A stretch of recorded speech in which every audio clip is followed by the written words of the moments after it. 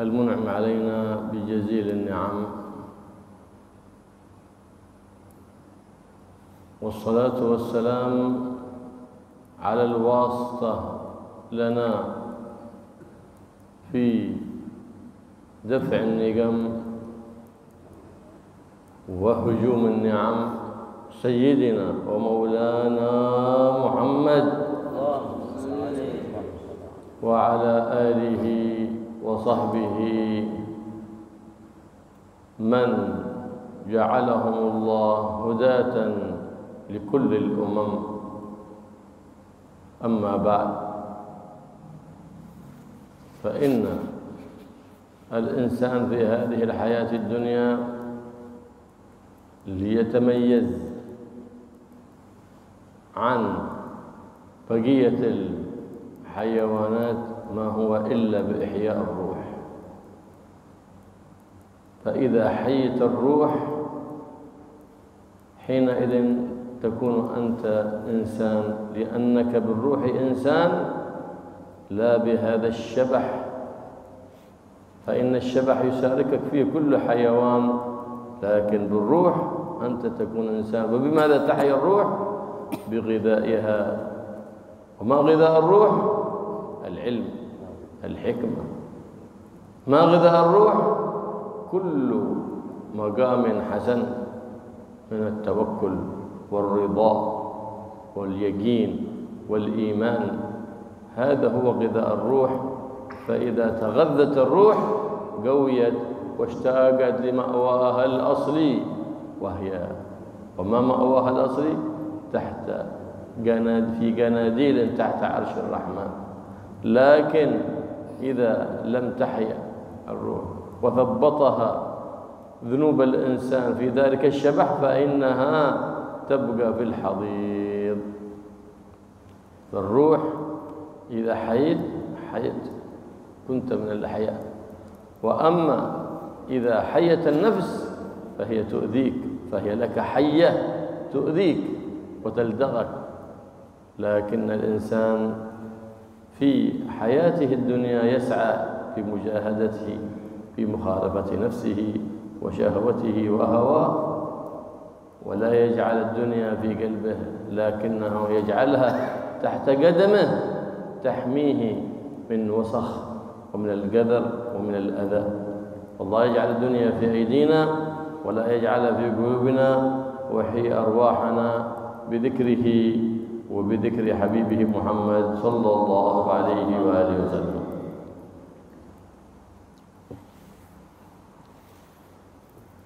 Segala puji bagi Allah Subhanahu wa Ta'ala yang menganugerahkan kepada kita semua nikmat yang sangat agung.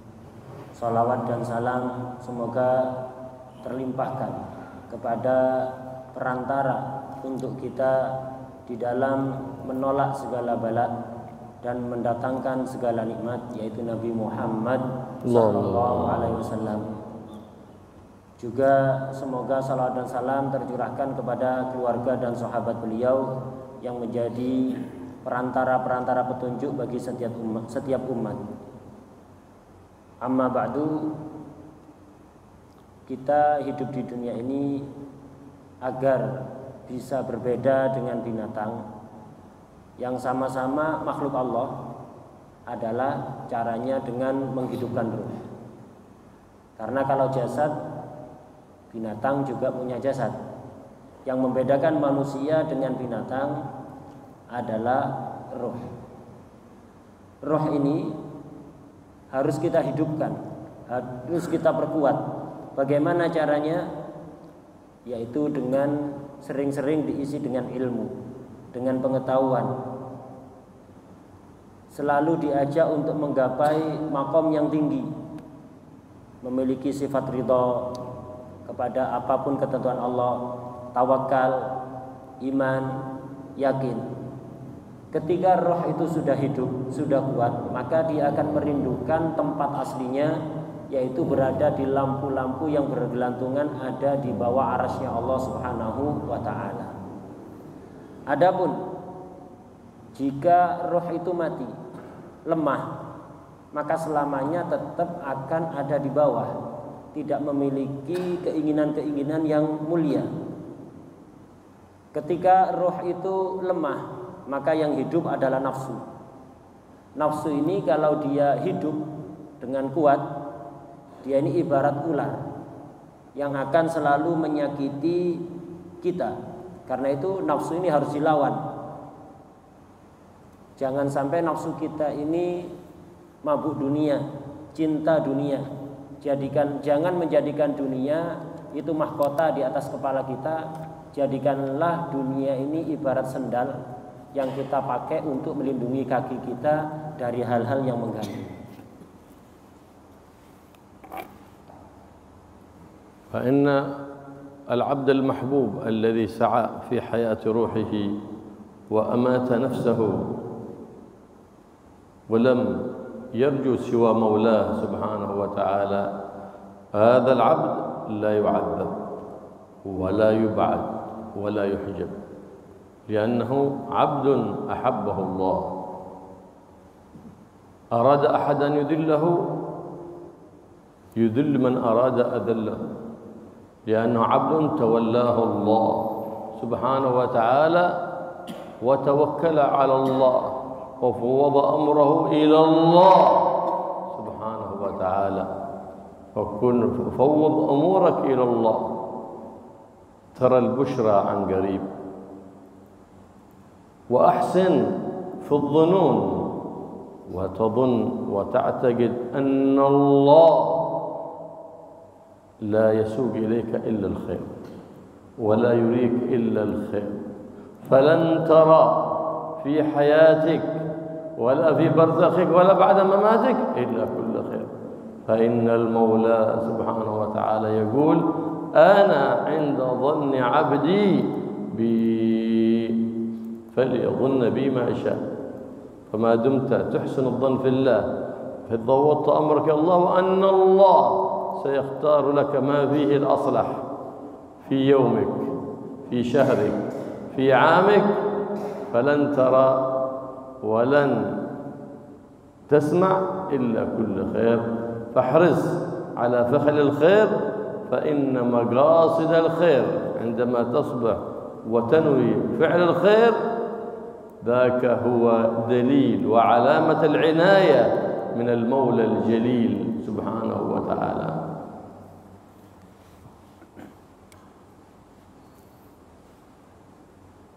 Hamba yang selalu berusaha menghidupkan rohnya dan mematikan nafsunya, tidak ada harapan dalam hatinya kecuali ridha Allah Subhanahu wa taala.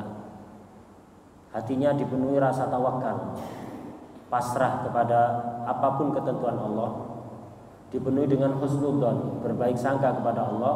Hamba seperti ini tidak akan disiksa oleh Allah Subhanahu wa taala dan tidak akan dihalangi dari kebaikan. Seorang hamba yang selalu berbaik sangka kepada Tuhannya, kepada Allah Subhanahu wa taala, maka selama hidup dia tidak akan melihat kecuali segala kebaikan. Di alam barzakh, setelah alam barzakh, tidak akan melihat kecuali segala kebaikan. Karena itu hendaknya kita selalu berhusnudzon kepada Allah Subhanahu wa taala. Sebagaimana perintah Allah dalam hadis qudsi, ana inda dhanni 'abdi bi falyadun nabi masya. Aku tergantung prasangka hambaku kepadaku. Maka silahkan berprasangka apa saja. Kalau kita berprasangka baik akan diberi kebaikan. Begitu juga sebaliknya. Kalau kita selalu berbaik sangka kepada Allah bahwa Allah itu tidak akan memberikan kepada kita kecuali apa yang terbaik untuk kita, maka yakinlah di seluruh hari kita, setiap minggu yang kita lewati, setiap bulan yang kita lewati, dan setiap waktu yang kita lewati, kita akan mendapatkan yang terbaik dari Allah Subhanahu wa taala. Ra'a Nabi Muhammad sallallahu alaihi wasallam ummatahu وقد ملأوا السهل والجبل فأعجبهم كثرتهم وآياتهم فقيل له أرضيت؟ فقال نعم رضيت. فقيل له إن هؤلاء أمتك ومعهم 70,000 يدخلون الجنة بغير حساب. من هؤلاء السبع؟ قال يا رسول الله من هم؟ قال الذين على ربهم يتوكلون لا يكتوون ولا يتطيرون ولا يسترقون وعلى ربهم يتوكلون. فهم مع الله، حركتهم بالله، أعمالهم لله، لا يراقبون إلا الله، فهؤلاء هم المحبوبون كما قال الله سبحانه وتعالى إن الله يحب المتوكلين.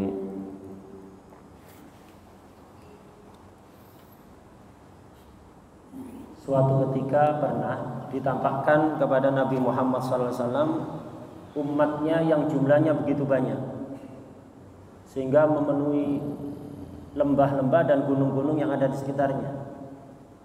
Kemudian ada yang berkata kepada beliau, wahai Rasulullah, apakah Anda ridho? Beliau menjawab, iya, aku ridho. Kemudian Nabi mengatakan, dari umatku ini ada 70.000 orang yang akan dimasukkan ke dalam surga tanpa melalui proses hisab. Ada yang bertanya, siapa mereka Rasulullah yang akan dimasukkan surga tanpa hisab? Rasulullah menjawab, mereka adalah orang-orang yang di hatinya dipenuhi rasa tawakal kepada Allah Subhanahu wa ta'ala. Amalnya dilakukan semuanya karena Allah, tidak memperhatikan makhluk. Yang penting Allah ridho. Inilah orang-orang yang akan masuk surga tanpa hisab. Sebagaimana firman Allah, innallaha yuhibbul mutawakkilin. Allah sesungguhnya Allah itu cinta kepada orang-orang yang tawakal. لما سمع بهذا عكاشة بن محصن قال يا رسول الله ادعو الله لي أن أكون من 70,000 أدخل الجنة بغير حساب. فقال النبي محمد اللهم اجعله منهم. فسمع الصحابي آخر قال يا رسول الله ادعو الله أن أكون منهم. قال سبقك بها عكاشة، ما بادرت أنت، بادر بالفعل الجميل وبالقول الجميل. والآخر قال يا رسول الله ادعو الله أن أكون من أهل الجنة. فقال له النبي محمد صلى الله عليه وسلم أعني عليها بكثرة السجود، فمني الدعوة ومنك العمل، فمن الله البركة وعليك الحركة. وأما إذا لم تحصل منك حركة وأردت أن تنال مرادك فأنك تمشي في طريق الهلكة لأنك لم تعمل بالأسباب. وقد قال الله سبحانه وتعالى وجعلنا لكل شيء سببا، فكل شيء له سبب. من أراد الدنيا يتسبب لها، من أراد العلم والدين تسبب له، من أراد الجنة تسبب لها ومشى في طريقها، هذا يرجو رحمة الله. وأما الذي لم يتسبب يرجو الجنة ويمشي في طريق النار، ويرجو النجاة ويمشي في طريق الهلاك، هذا هو المتمني. والتمني مذموم والترجي محمود. وما الفرق؟ أن المترجي يعمل بالأسباب ويرجو من الله أن ينيله وأن يلحقه بحزب الأحباب، والمتمني يمشي في طريق الندامة ويرجو السلامة، هذا كالمتمني المذموم عند الله سبحانه وتعالى. وأما العبد إذا مشى في طريق السلامة وحسن الظن بمولاه أنه ينجيه في الدنيا بالسلامة وينجيه يوم القيامة كان له مراده من الله، لأنه حسن ظنه بمولاه ومشى في طريق السلامة.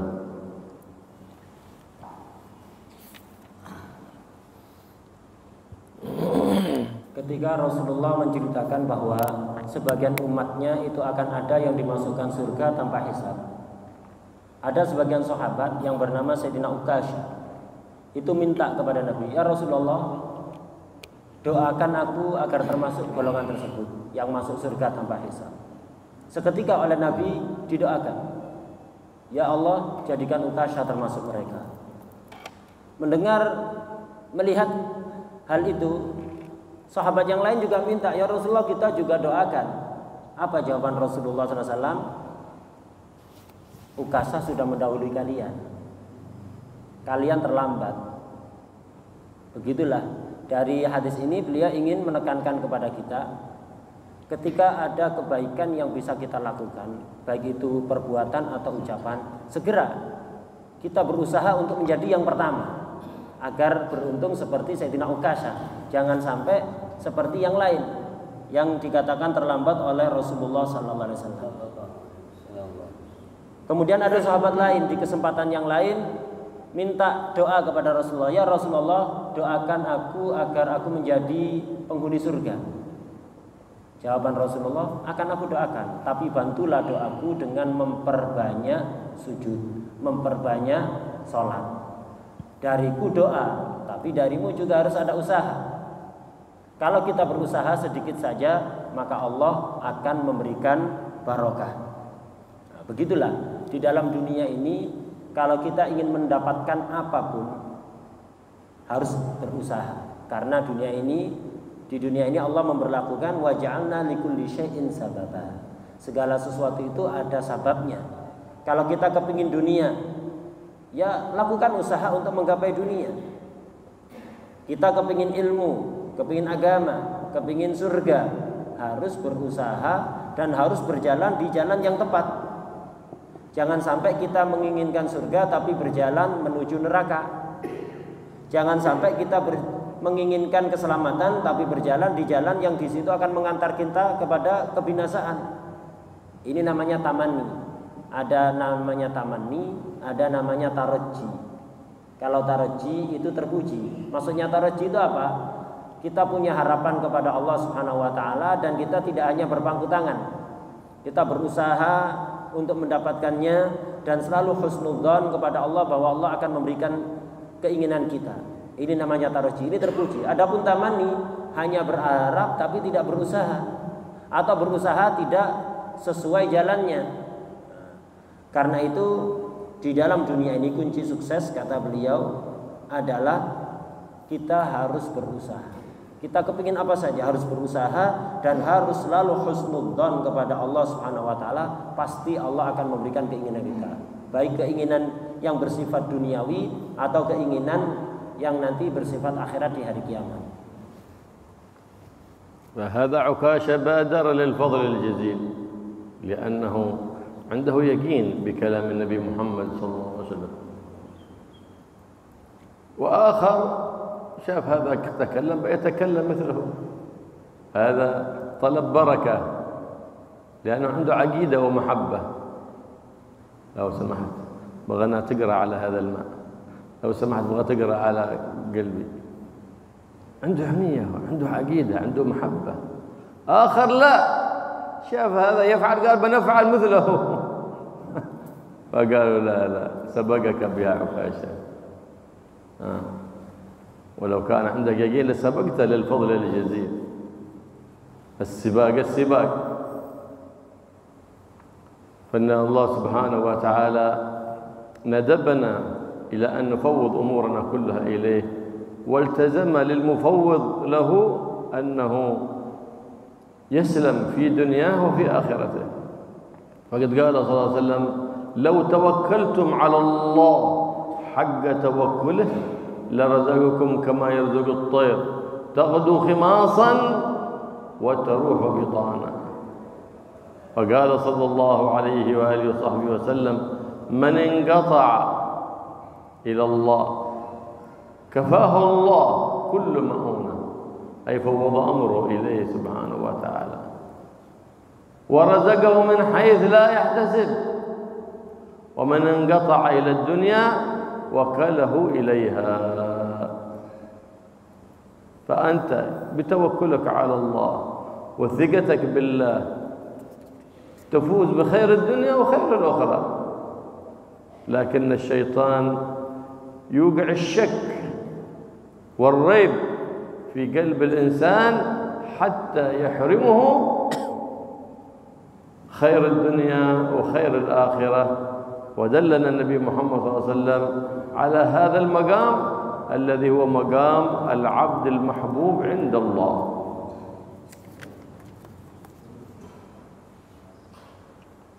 Sayyidina Ukasha ketika mendengar sabda Nabi itu hatinya dipenuhi dengan keimanan. Dia yakin semua yang disabdakan oleh Rasulullah SAW adalah kebenaran.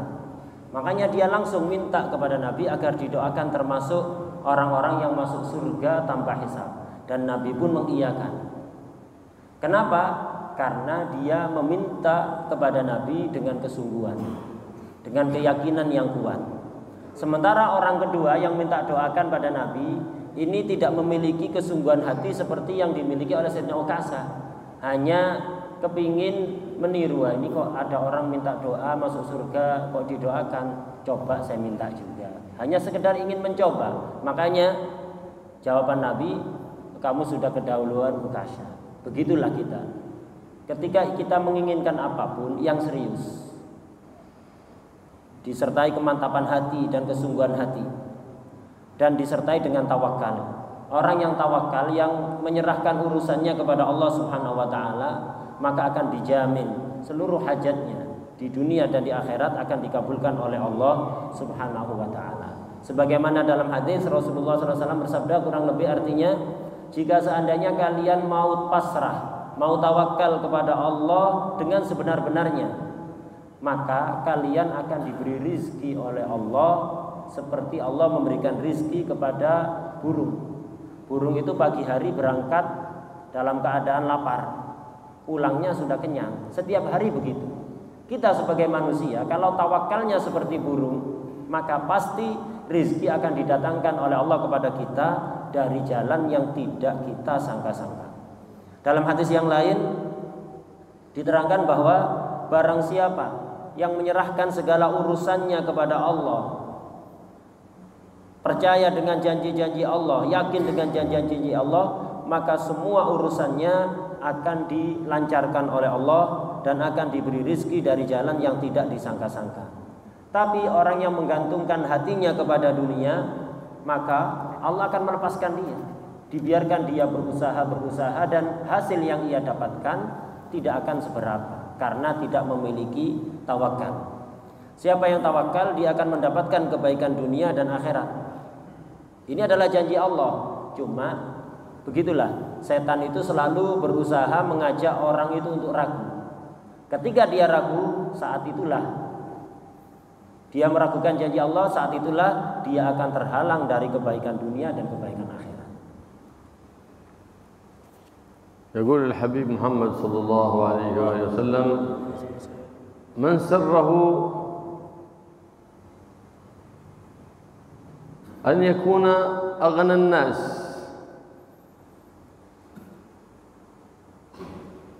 فيكون ما عند الله أوثق منه بما في يده. أنك تثق بالله سبحانه وتعالى أنه ما بيجي إليك إلا كل خير، تكون أغنى الناس. إذا سرك ذلك غنى ظاهر وغنى باطن، والغنى الباطن هو أهم من غنى الظاهر. غنى الباطن غنى حسي وغنى معنوي، يغنيك الله سبحانه وتعالى في عقلك، في علمك.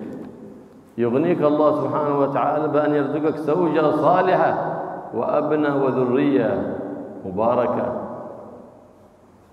يغنيك الله سبحانه وتعالى بسعادة في حياتك. وليس الغنى غنى الظاهر فقط، إنما الغنى غنى الباطن. وحقيقة الغنى أن يرزقك غنى الظاهر أن يرزقك الله القناعة، يرزقك الله القناعة. فكم من غني خائف من الفقر فذاك هو الفقير حقيقة، وكم من فقير قذف الله في قلبه القناعة فذاك هو الغني حقيقة. فلهذا قيل القناعة كنز لا يفنى.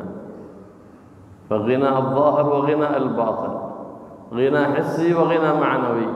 إذا سرك ذلك فثق بالله بما عند الله، وكن أوثق بما عند الله بما هو في يدك، تفوز حينئذ بغنى الظاهر وغنى الباطن.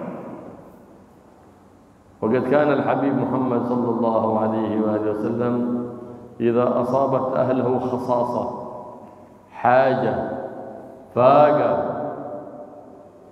لأن الحبيب صلى الله عليه وسلم قد يمضي عليه يوم أو 3 لا يذوق ذواقا صلى الله عليه وسلم، وقد يعصب الحجر على بطنه صلى الله عليه وسلم، وقد يمضي الشهر ما تشعل النار لطبخ طعام في بيته، بل على الماء والتمر صلى الله عليه وسلم، وهو سيد أهل الأرض وسيد أهل السماء، سيد الأولين وسيد الآخرين. ولو مد يده إلى مولاه لأنزل الله له أعظم مائدة من السماء، لكنه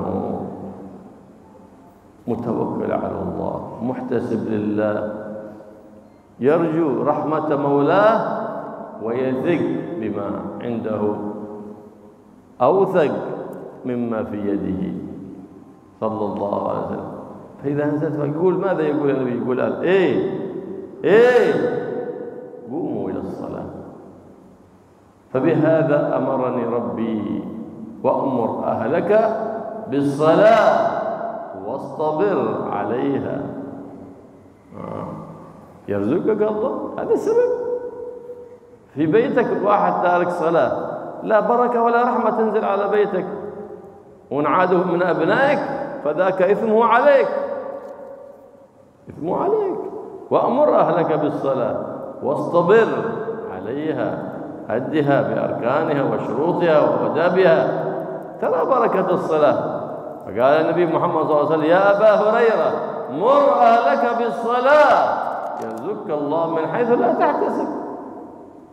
واحد لا هو مستقيم في طاعة الله ويشتكي من ضعف الحال، أنت ما تسببت حتى بينك وبين الله سبحانه وتعالى. فإن الله يرزق عبده المتوكل عليه من حيث لا تحتسب. فبادر للخير الجزيل بطاعة مولاك، فإنك إن سلمت أمرك له واستقمت على طاعته كفاك الله كل مؤونة في الدنيا وفي يوم القيامة.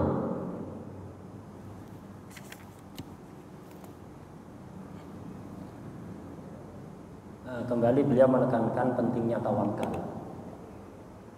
Dan orang yang tawakal itu memasrahkan semua urusannya kepada Allah akan dijadikan sebagai orang yang paling kaya, kaya zahir dan kaya batin.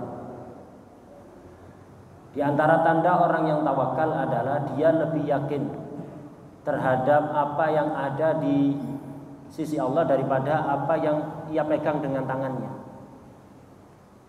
Lebih yakin dengan rizki yang dijamin oleh Allah walaupun belum ada di tangannya, daripada apa yang sudah ada di tangannya, karena yang ada di tangannya belum tentu juga menjadi rizkinya dia.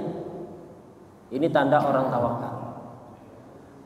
Orang seperti ini akan dijadikan orang yang paling kaya, kaya zahir dan kaya batin. Kekayaan batin itu seperti contohnya ketika orang diberi akal yang sempurna, diberi ilmu yang luas, dikaruniai istri yang salihah, dikaruniai keturunan putra putri anak cucu yang barokah, diberi kebahagiaan dalam hidupnya. Ini kekayaan batin lebih penting daripada kekayaan zahir.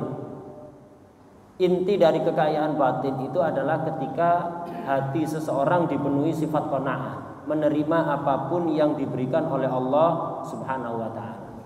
Hakikat orang yang kaya adalah orang yang tidak pernah takut fakir, tidak pernah takut miskin. Orang tidak punya apa-apa, tapi dia hidupnya nyaman, tenang-tenang saja, bahagia, santai. Inilah hakikatnya orang kaya. Sebaliknya, orang kaya raya, hartanya sangat banyak, cuman di pikirannya selalu dihantui rasa takut. rasa takut kalau terjadi gejolak ekonomi, takut nanti usahanya macet dan seterusnya. Ini adalah hakikatnya orang yang paling fakir dan paling miskin di dunia. Karena itu hendaknya setiap kita memiliki sifat qanaah. Kemudian kita ini kalau kepingin rizki kita lancar harus berusaha. Dan perlu kita ketahui, usaha untuk melancarkan rizki itu tidak melulu usaha yang banyak difahami oleh umumnya orang. Sholat dan memerintahkan keluarga untuk sholat ini adalah salah satu sebab paling utama di dalam melancarkan rizki. Rasulullah SAW itu kalau mengalami kesulitan apapun, beliau segera melakukan sholat.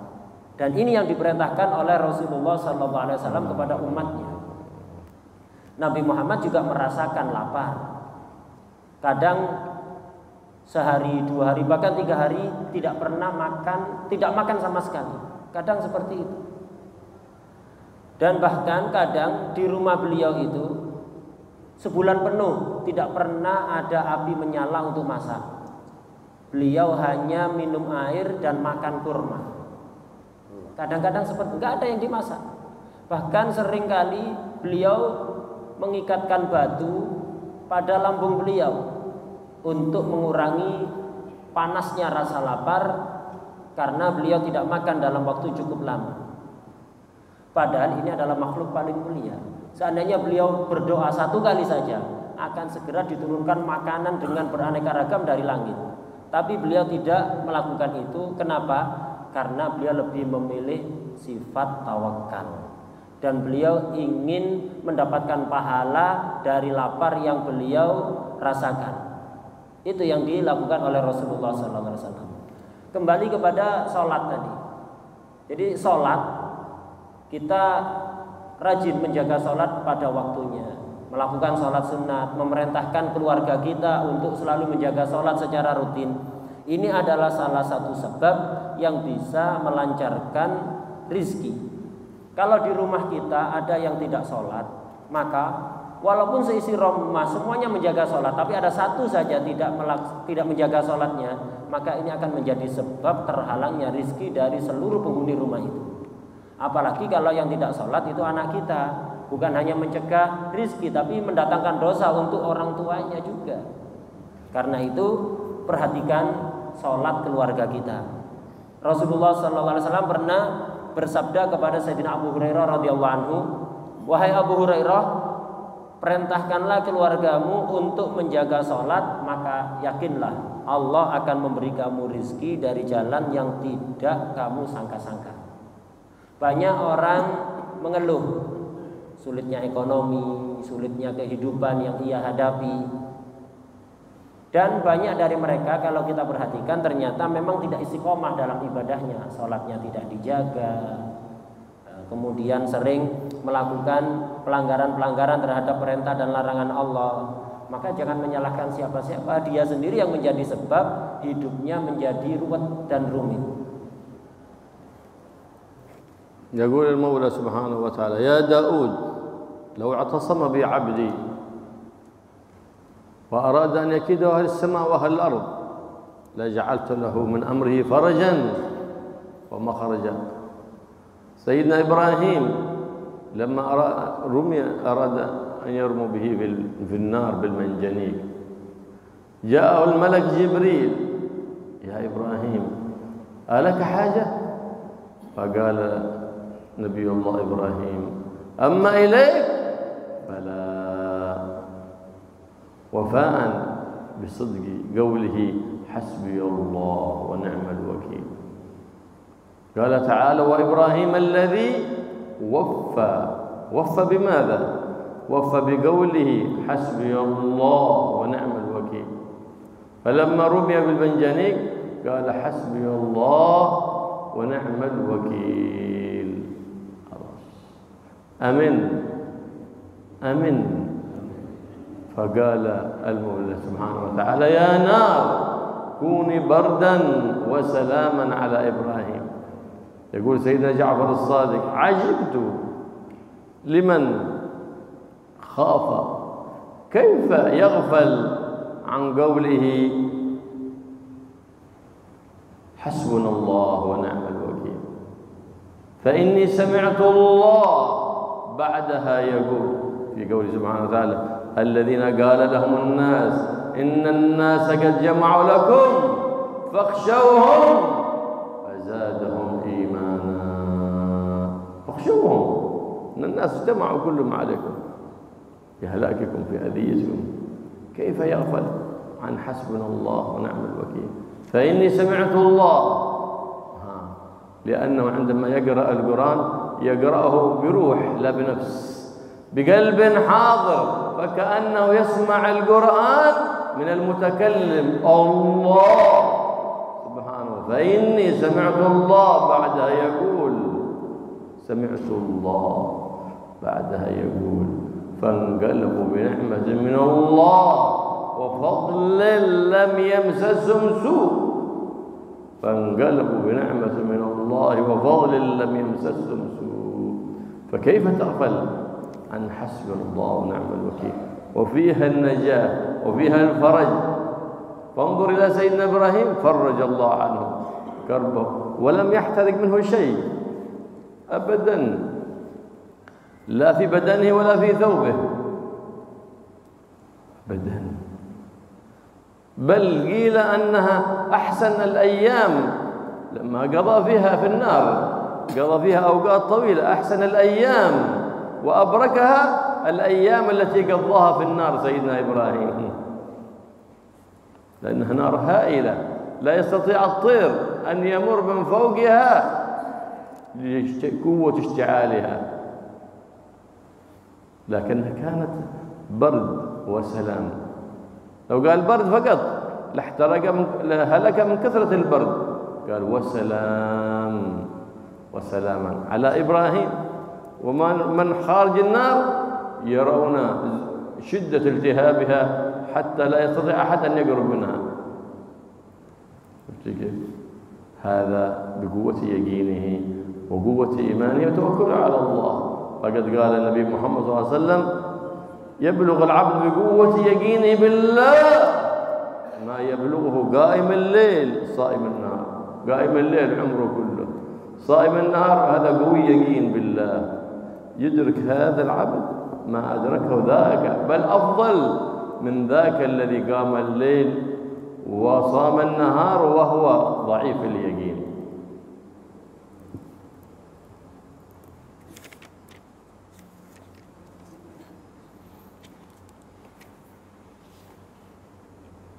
Kembali beliau menekankan tentang pentingnya tawakal. Allah Subhanahu wa taala pernah berfirman kepada Nabi Dawud, ala nabiyina wa alaihi wa ala sayyidil anbiya wal mursalin afdhalus salati wa taslim.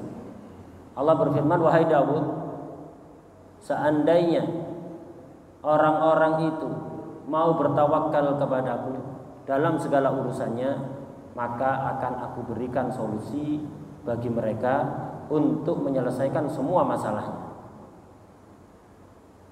Kemudian beliau menyebutkan cerita tentang Nabi Ibrahim yang dibakar oleh Namrud di api yang begitu besar. Jadi Namrud menyalakan api yang begitu besar sehingga tidak ada orang yang mampu mendekat ke api itu. Nabi Ibrahim ketika dilempar di api itu menggunakan alat bantu, alat pelontar. Tidak dilempar begitu saja dari jarak kejauhan. Saking besarnya api, burung-burung tidak ada yang mampu lewat, ada di atasnya. Begitu besar api tersebut. Tapi Nabi Ibrahim tawakal. Dan beliau hanya mengatakan hasbiyallah wa ni'mal wakil. Cukup bagiku Allah. Dan Allah adalah sebaik-baik zat yang memiliki sifat al-wakil, yang dipasrahi segala urusan. Kalau kita pasrah kepada Allah, maka semuanya akan beres. Itu yang dikatakan Nabi Ibrahim. Hasbiyallah wa ni'mal wakil. Ketika Nabi Ibrahim dilemparkan, ketika sedang ada di udara, dilemparkan dari alat pelontar menuju ke api, tiba-tiba malaikat Jibril datang menawarkan bantuan. Malaikat Jibril mengatakan, wahai Ibrahim, apakah Anda memiliki hajat? Jawaban Nabi Ibrahim, kalau kepadamu aku tidak butuh apa-apa. Hasbiyallah wa ni'mal wakil. Cukup bagiku Allah. Berkat tawakalnya Nabi Ibrahim kepada Allah yang seperti itu, apa yang terjadi? Seketika itu Allah berfirman, ya narukuni bardan wa salaman ala Ibrahim. Wahai api, jadilah kamu dingin dan menjadi keselamatan bagi Ibrahim. Allah tidak hanya berkata bardan. Kalau hanya Allah berhenti di situ, wahai api, jadilah kamu dingin, maka Nabi Ibrahim akan mati kedinginan ada di situ. Tapi ditambahi wasalaman, dan jadilah keselamatan untuk Nabi Ibrahim. Sampai dikatakan oleh para ulama, hari-hari paling indah yang dilalui Nabi Ibrahim sepanjang hidup itu adalah hari-hari ketika beliau dibakar di api. Hidup beliau paling nyaman, paling bahagia, paling nikmat ketika beliau ada di api itu berhari-hari. Itu adalah hidup yang paling nikmat. Berkat apa? Tawakal beliau kepada Allah Subhanahu wa taala. Api yang harusnya membakar, justru beliau ketika ada di situ sangat bahagia, sangat nyaman, sangat nikmat. Tidak ada yang terbakar. Tubuh beliau tidak sedikit pun terbakar. Pakaian beliau sedikit pun juga tidak terbakar. Itu semuanya berkat tawakal beliau. Dan beliau memenuhi janjinya. Beliau mengatakan hasbiyallahu wa ni'mal wakil, bukan hanya dengan lisan. Beliau mengatakan Allah cukup bagiku, bukan hanya dibaca dengan lisan tapi diamalkan. Makanya ketika malaikat Jibril datang menawarkan bantuan, beliau menolak. Kenapa? Beliau sudah mengatakan Allah cukup bagiku, tidak butuh yang lain, termasuk pada malaikat Jibril. Nah, begitulah kalau kita mau tawakal seperti itu, maka semua urusan kita akan beres. Dan hasbunallah wa ni'mal wakil ini adalah zikir yang sangat agung, yang fadilahnya sangat besar. Allah Subhanahu wa taala berfirman dalam Al-Qur'an, alladzina qala lahumun nasu innan nasa qad jama'u lakum fakhshawhum fazadahum imanan wa qalu hasbunallah wa ni'mal wakil. Orang-orang yang ditakut-takuti oleh orang lain, hati-hati. Orang-orang dari segala penjuru berkumpul untuk menyerang kalian.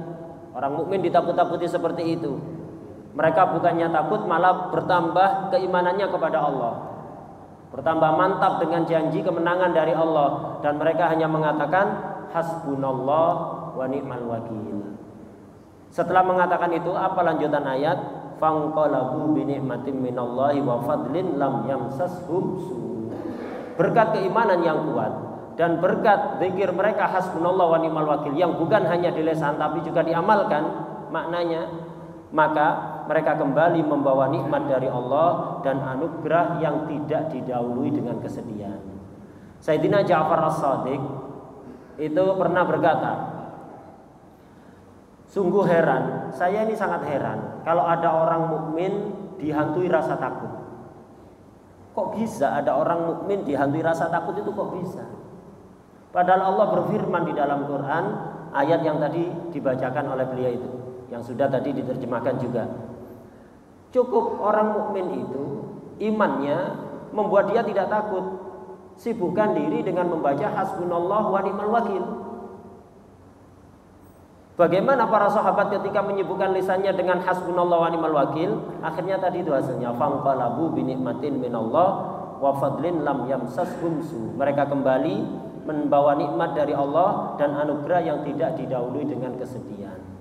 Maka sebesar apapun masalah yang membuat hati kita menjadi ketakutan, perbanyaklah zikir hasbunallah wa ni'mal wakil disertai keimanan yang kuat dan juga tawakal kepada Allah Subhanahu wa taala. Kemudian beliau menyebutkan hadis tadi, kurang lebih artinya seorang hamba itu dengan hanya modal iman yang kuat kepada Allah Subhanahu wa taala, dia akan mendapatkan kedudukan yang diberikan kepada orang yang ahli salat malam, rutin salat malam dan rutin puasa sunat. Bahkan bisa mengalahkan orang yang di hatinya dipenuhi dengan keimanan kuat, walaupun tidak rutin salat malam, tidak rutin puasa sunat, dia akan mengalahkan kedudukan orang yang ahli qiyamul lail, ahli puasa sunat tapi imannya lemah. ولهذا كان من عمل السلف الصالح 70 مرة من حسبنا الله ونعم الوكيل صباحا و70 مرة مساء يكون لك حفظ ووقاية من جميع الأسواء. واظب على هذا الذكر فإنه فيه نفع عظيم في الدنيا وفي يوم القيامة. Termasuk amalnya para ulama salaf adalah rutin membaca zikir hasbunallah wa ni'mal wakil 70 kali di pagi hari dan sore atau malam. Jadi rutin pagi atau sore atau malam, pagi dan sore atau malam, hasbunallah wa ni'mal wakil 70 kali. Ini beliau mengajak kita untuk istiqomah membaca zikir ini, karena zikir ini di antara fadilahnya adalah bisa menjaga kita dari segala keburukan dan akan mendatangkan kebahagiaan di dunia maupun nanti di hari kiamat. Allah yarzuqna wa iyyakum kamal al-istiqamah fi ta'atihi wa fi ta'ati habib Muhammad sallallahu alaihi wasallam, wa yarzuqna wa iyyakum husn at-tawakkul wa husn adh-dhann fi Allah subhanahu wa ta'ala, wa yaj'alna wa iyyakum min alladhina ينشرون شريعة النبي محمد ويحيون سنته في بيوتهم في مساجدهم في معاهدهم في مصلياتهم، ويجعل قلوبنا متعلقة به سبحانه وتعالى، ويقذف في قلوبنا رجاء ويقطع رجانا عمن سواه، يحيينا على اتباع ومحبة حبيبه ومصطفاه ومحبة أهل بيته وأصحابه، ويحشرنا في زمرة حبيبه ومصطفاه محمد بن عبد الله مع الذين من الآمنين المطمئنين الذين لا خوف عليهم ولا هم يحزنون. Beliau berdoa semoga Allah mengaruniakan kepada kita istiqomah yang sempurna di dalam ketaatan kepadanya, ketaatan kepada Nabi Muhammad SAW, dan semoga Allah mengaruniakan kepada kita tawakal dan husnudzon kepada Allah Subhanahu wa taala. Semoga kita semuanya dijadikan orang-orang yang mau menyebarkan syariatnya Allah, syariatnya Rasulullah, dan juga sunnah-sunnah Nabi Muhammad SAW di rumah kita, di masjid kita, di pondok atau madrasah-madrasah dan lingkungan kita. Dan semoga Allah selalu menggantungkan hati kita, selalu berharap hanya kepada Allah dan tidak berharap kepada selain Allah. Semoga kita selama hidup dijadikan orang yang cinta kepada Nabi Muhammad SAW, keluarga serta para sahabatnya, dan semoga kelak di hari kiamat kita dikumpulkan bersama golongan beliau dalam keadaan aman tanpa rasa takut dan sedih sama sekali. Beliau soal, تفضل قل لهم شيء soal. Mempersilakan tanya jawab.